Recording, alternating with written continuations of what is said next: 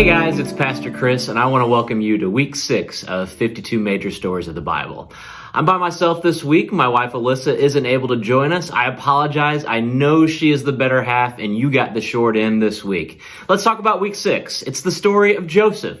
Many people have asked their favorite character of the Bible. Joseph is going to be pretty high on that list, and the life of Joseph is a real-life drama. But there's also many biblical truths that we can learn from it. The first is the omnipotence of God. God being omnipotent means that he is all-powerful, has control over every aspect of our lives and of this world. Which sounds great, right? But then it creates a paradox. If God has control of everything in the world, then why does he allow bad things to happen in our lives? In an honest moment, I think we would all say that there are times in our life where we have no idea why God would allow what has happened in our life to happen.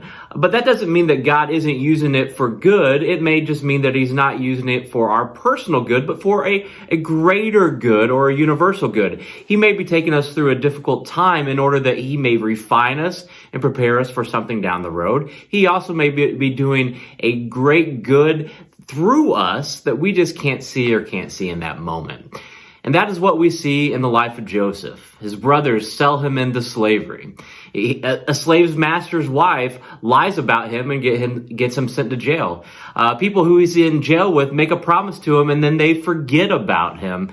And then all leading up to the point where he would rise into power, into the greatest nation of the world at that time, in order to use his God-given gifts in order to save the lives of many people who would have otherwise been lost, for the purpose of saving lives and to glorify God. A real challenge to the faith that we all have in trusting God this week. We have 3 discussion questions for you that are going to be in this post, and that way you can review them with your group. There's also going to be a link to the video and the audio file, and I hope you really enjoy week 6 of 52 Major Stories of the Bible. I thank you for joining us, and I hope you join us again next week.